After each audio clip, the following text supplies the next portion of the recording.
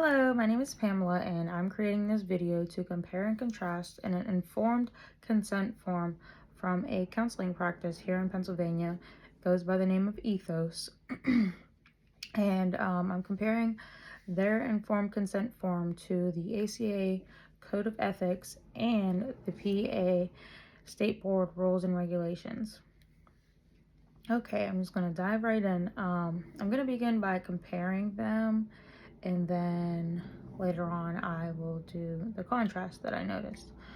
But to begin with comparisons, I noticed that both the ACA and Board of Rules and Regulations noted the need to allow a client to know that they may stop services at any time. Ethos in their informed consent form did perfect at doing so. It's clearly stated you may withdraw from treatment at any time, but please discuss with your therapist.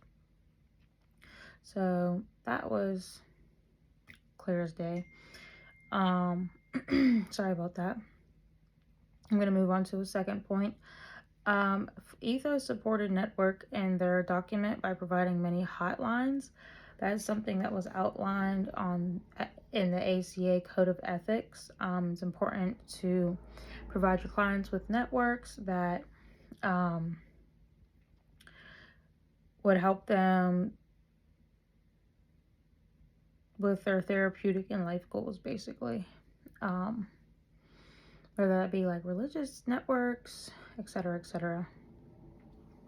So Ethos did that by including many hotlines. Most of them were suicide prevention hotlines, however.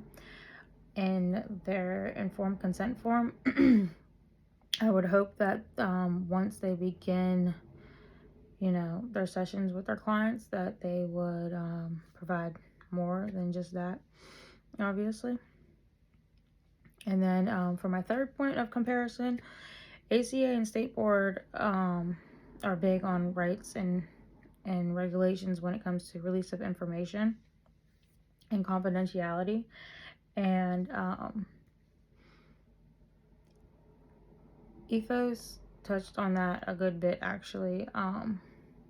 They covered a plethora of things as to who, when, why, and why they would ever release, confidentiality documents as far as a client's mental state goes.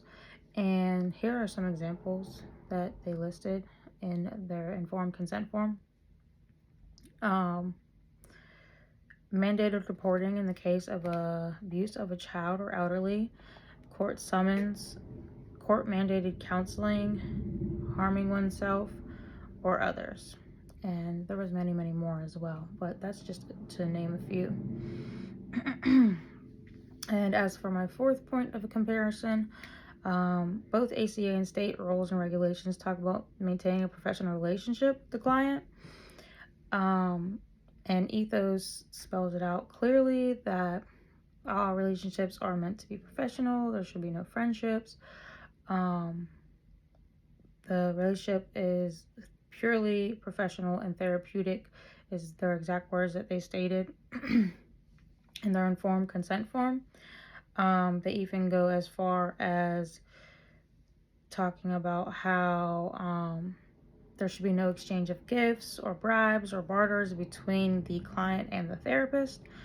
So they cleared that up, basically. And as for my fifth line of comparison, ACA touches a lot on technology in therapy because it's becoming so popular, I'm guessing, and they have to obviously stay up on the times and the rules and the regulations and everything to make sure everybody's safe and getting the best help they can out of a therapist. So I noticed that it wasn't really talked about that much in Ethos's informed consent form.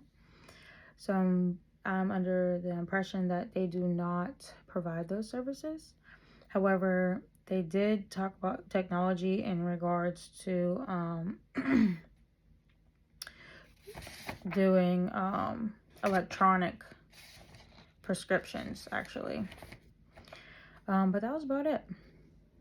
And for my sixth comparison, ACA code states that a counseling practice must review in writing and verbally the rights and responsibility of both the counselor and client.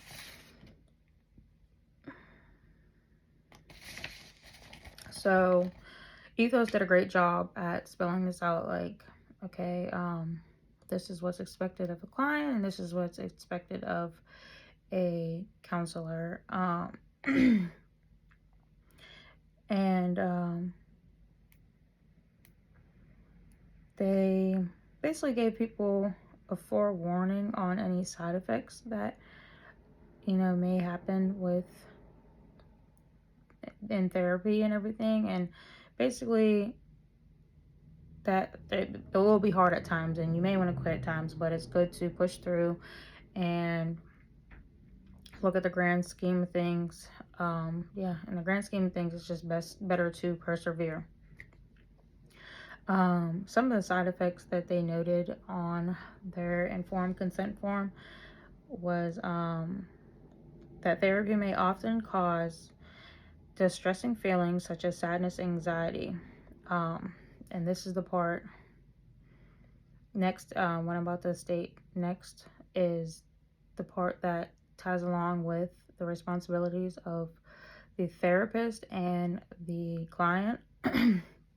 But their informed consent form also stated the success of therapy depends upon the quality of the efforts of both the therapist and client, along with the reality that the client are responsible for the lifestyle choices and changes that may result from therapy.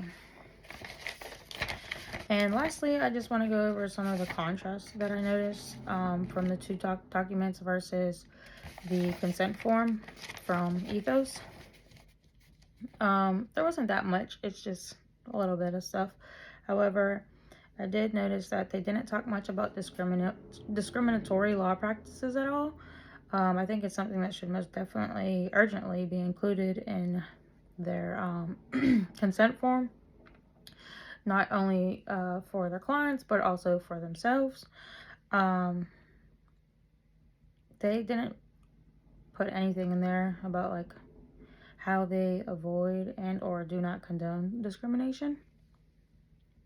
So I thought that was very interesting because most businesses are very big on making sure to cover their bases when it comes to that. Plus, it is one of the most prominent things that was outlined in the ACA and state board rules and regulations. And for the second contrast, I wanted to talk about how I feel as though Ethos should include in their document how to report an ethical violation, basically. Because, I feel as though the client should know how to do so if they feel as though there ever was an ethical violation.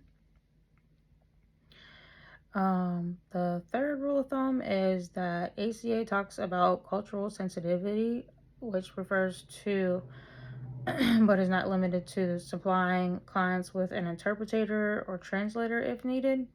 And I did not see anything about that in Ethos's consent agreement form or informed consent form. And last but not least, I did not see anything about consent for minors or disabled or people who are disabled. And that basically wraps up my compare and contrast of the three documents. And thank you for your time. Bye now.